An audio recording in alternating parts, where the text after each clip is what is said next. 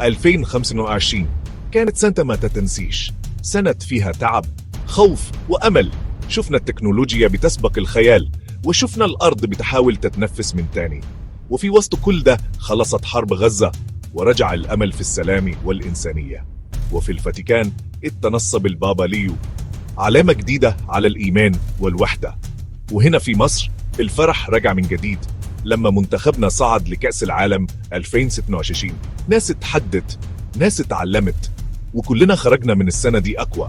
2025 كانت سنة غيرت العالم. والسؤال دلوقتي، انت هتعمل ايه في 2026؟ وربنا يجعل 2026 سنة خير وصحة وسلام ومن غير حروب. آمين.